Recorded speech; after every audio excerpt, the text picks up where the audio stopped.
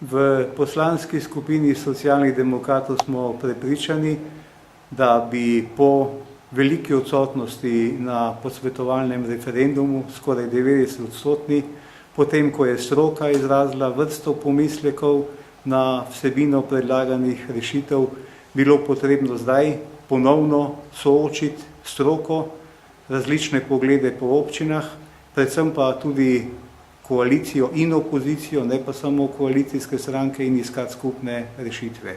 Ker tega koalicija ni sposobna in pripravljena narediti, forsira odločitve proti volji stroke in pomembnega dela občin ter državljank in državljanov Slovenije, kar je nesprejemljivo. Nobene potrebe tudi ni za to, ker vemo vsi, da se lahko pokrajinska samouprava uveljavi šele s 1. januarjem leta 2011 in je časa za to več kot dovolj. Zato v socialni demokraciji na izsiljene odločitve ne bomo pristali.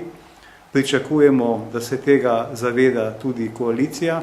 Storili bomo vse, da pridemo na izsiljeno sejo med parlamentarnimi počitnicami in zagotovimo potrebno navzočnost za to, da nas bo več proti kot 1/3 in da koalicija svoje namere po izsiljeni pokrajinski zakonodaji ne bo mogla uveljaviti.